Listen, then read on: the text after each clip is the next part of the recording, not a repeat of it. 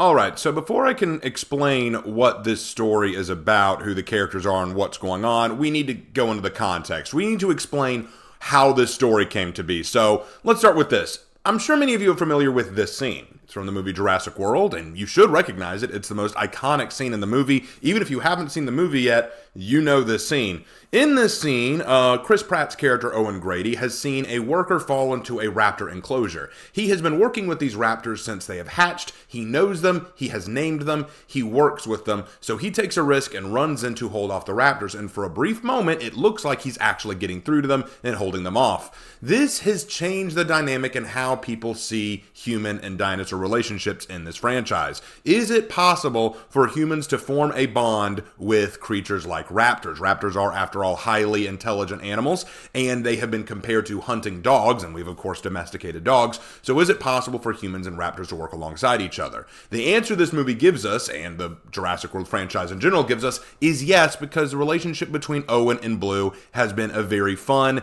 and hotly debated one in the community. So we all know this scene, we know what it's all about, and we enjoy it. I enjoyed it. In fact, it was probably the defining moment of my childhood when I was a kid to say, yes, I want to ride a raptor into battle. That's what every little kid wants. Now slap a laser beam on that raptor and we're good to go. So seeing this in Jurassic World was like fulfilling a childhood dream of mine. It's pretty awesome. Okay, so now we have that as set up. Let me show you the next portion. Are you familiar with this?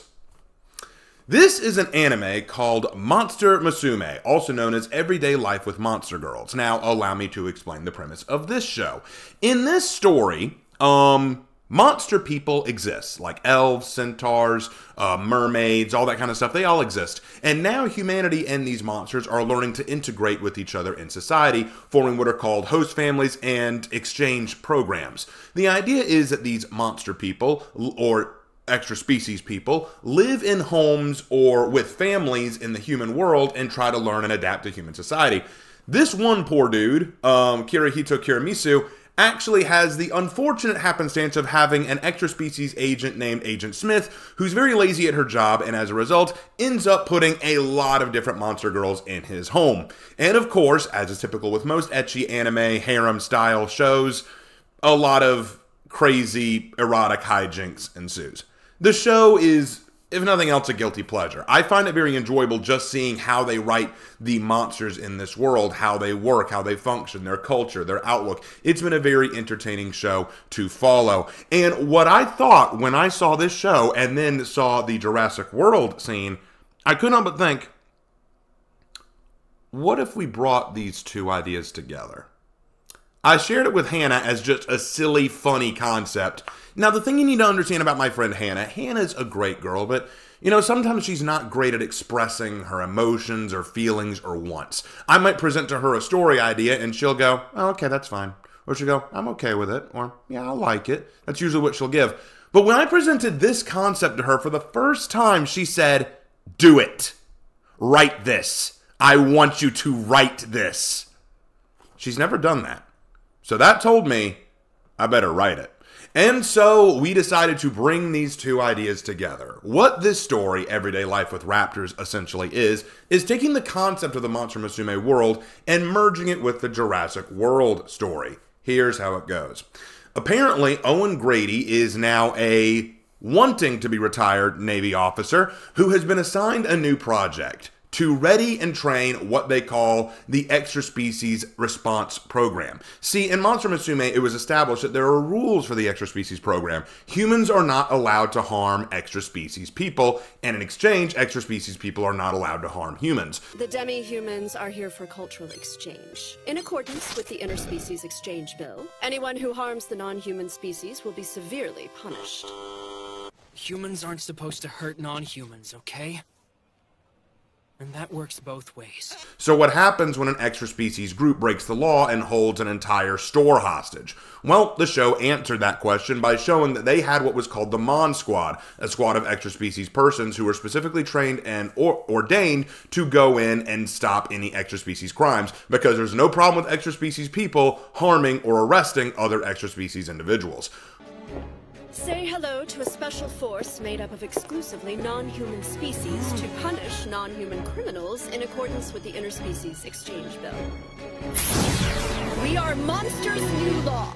But let's take that to America. How do we answer that question? In fact, is it possible for extra species individuals to be in the military? So we have that here. Meet the Raptor Squad. 4 sisters who were raised together on a secluded island far off of America, who have now been brought in to be trained in the military of the United States as a special squad meant to specifically deal with extra species issues or crime. They are being trained and raised under Owen Grady's roof, where he has been housing them, feeding them, cleaning up after them, and making sure that he can turn them into an effective fighting force. But more than turning them into effective soldiers, he also wants to let them live as normal girls because he wants them to have a life outside of just being soldiers. However, as you know, there's a lot more that's going on behind the scenes. Essentially what this is doing is it's retelling the story of Jurassic World, at least from the Raptors' perspective, in dealing with the Indominus Rex and all this other stuff, but in a new light and context. And doing this meant that I had to actually give personalities and,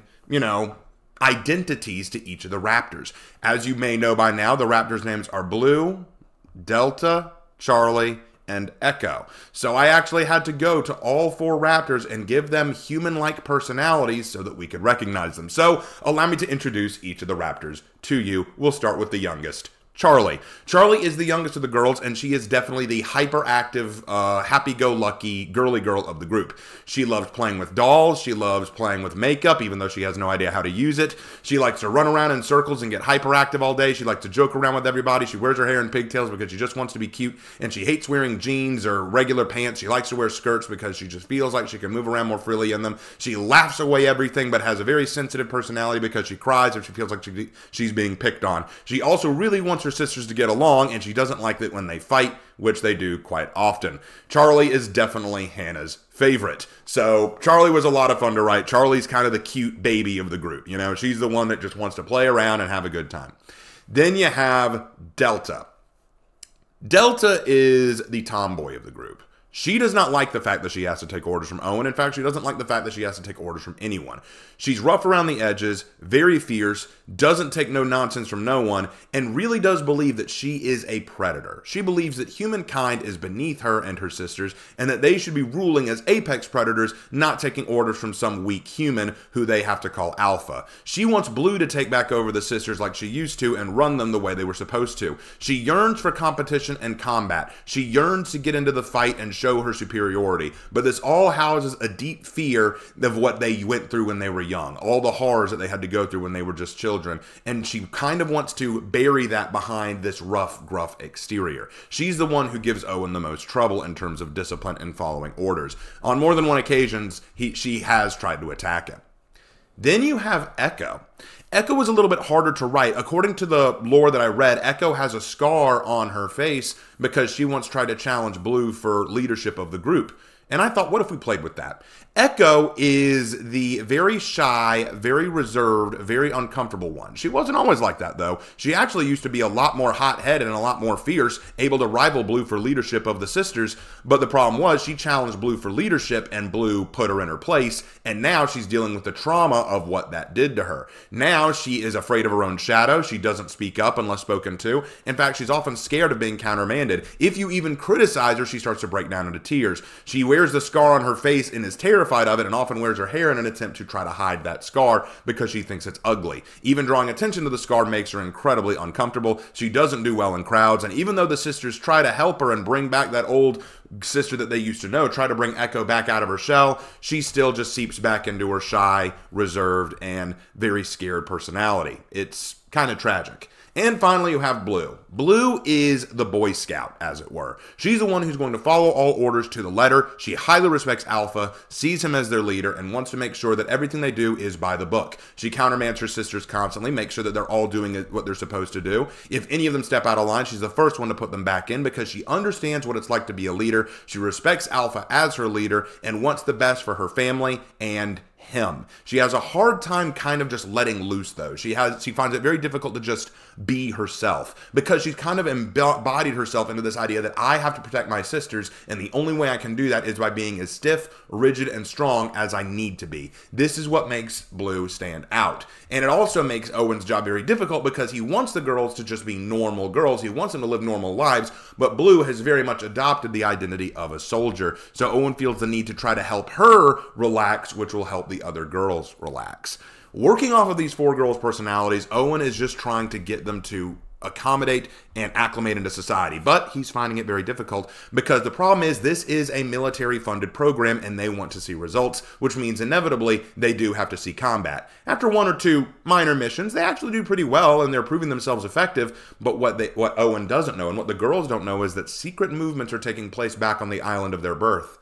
They don't know the full details or ramifications of their own birth. They don't even understand fully what they are. All they know is that on this island where they were born, they were treated as lab rats, test subjects. They don't know who their parents are. They don't even know if they have parents. All they know is that they don't want to ever go back to that island, but there are things going on that island that cannot be ignored, and when they get loose, and they definitely will get loose, the girls' loyalties will be questioned.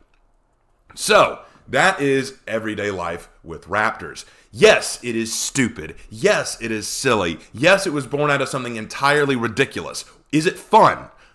I find it fun. I found it incredibly enjoyable to work on the story. It is not done. I keep putting it on hold because I just keep laughing at it. But it is a lot of fun to work on. Me and Hannah have spent a lot of time just kind of playing with the story, playing with the characters. In fact, on one Halloween, she drew all the girls dressed up as the Teenage Mutant Ninja Turtles because their personalities just fit. We had Blue as Leonardo. We had Charlie as Michelangelo. We had Echo as Donatello. And we had Delta as Raphael. And honestly, all of those personalities work really well for them, so I thought that was really funny.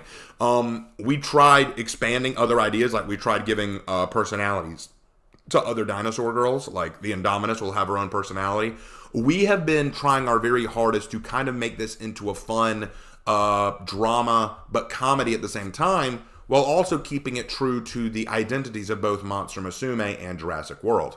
Now, we also had a little bit of fun. We wanted to recreate the scene where Owen was telling the girls to stand down, but we had to come up with a funny way to do that. And, you know what? If y'all want to know the context behind that, if y'all want to know how that came to be, let me know down in the comments and I may tell you guys some other time, but I won't put that here. I'll leave that as a surprise. But anyway, that's pretty much the story. And now I always try to tell you guys the good and the bad. I've told you guys the good, and the good is very much the fun of experimenting with the story. If I were to give a bad about the story, I think the bad about the story, if I'm being honest, is once again, I felt very restricted. On the one hand, I think that creativity I think some people who say, oh, I want just the creativity to do whatever I want. Well, creativity is working within the boundaries of what you're given and trying to create a meaningful, fun, and inventive story while staying within the boundaries. You know, if you remove the boundaries and can do whatever you want, you can remove the stakes. You remove what makes a story gripping. You remove what makes a story fascinating. It's kind of like if you said, you only have 1 week to do this. Well, if you remove the week time limit and just say, okay, you can do this whenever, well, the stakes are gone, you know? The stakes are history. So I think that it is important to give boundaries. And the boundaries in this story were that I had to keep to the identities of both Jurassic World and Monster Musume. And while it was definitely fun, it was very challenging. And that did wear on me a little bit. And there are times it still wears on me as I work on later chapters. The other bad that I would say is I kept putting it on hiatus too long. And sometimes when you put a story on hiatus too long, I lose a lot of my interest. That's why I rely on Hannah to sometimes say, hey, Raven, you need to work on this. Raven, you know, she needs to remind me that I need to work on stuff. And that is something that I need to be better about. So that, I would say, is the big bad of this story. But what do you guys think? Let me know down in the comments what you think about Everyday Life with Raptors. What do you think of the concept? Just shoot it my way. I'd love to hear your thoughts. Anyway, thank you guys so much, and I'll see you in my next video. Take care.